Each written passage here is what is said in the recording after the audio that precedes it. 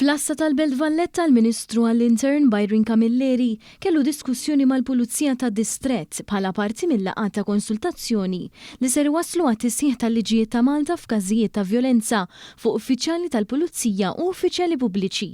Il-Pulizija tkellmu mal-Ministru Byron Camilleri dwar kif ir-riżorsi li sar investiment fihom fl-aħħar snin bħal bodycams qed jagħmlu x-xogħol tagħhom fit-toroq Maltin aktar sigur.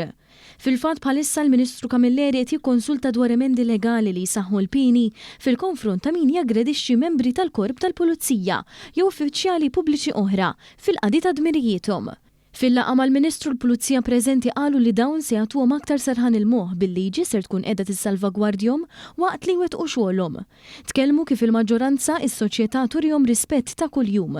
Madankollu sostnew li dan ma jnaqqas xejn mill-bżonn il-liġijiet ta' Malta jaħsbu għal sitwazzjonijiet ta' vjolenza fuq pulizija li minkejja li naqsu b'67% fl-aħħar 7 snin, anke jekk jifdal każ wieħed, dak l-uffiċjal għandha ssir ġustizzja miegħu. Korp tal-Pulizija familja waħda u li naħdmu kollha flimkien f'dak is-sens. Dal-emendi jekk ħajtlu f'seħħ għandhom iktar jagħtu saħħa l-kuntistabbli li qed fit-triq għaliex għax ikun hemm deterrent iktar b'saħħtu kontra persuni li jazzardaw jaħbtu għal nies li jkunu qegħdin jagħmlu xogħolhom fl-aħħar mill-aħħar biex jipproteġu s-soċjetà in ġenerali.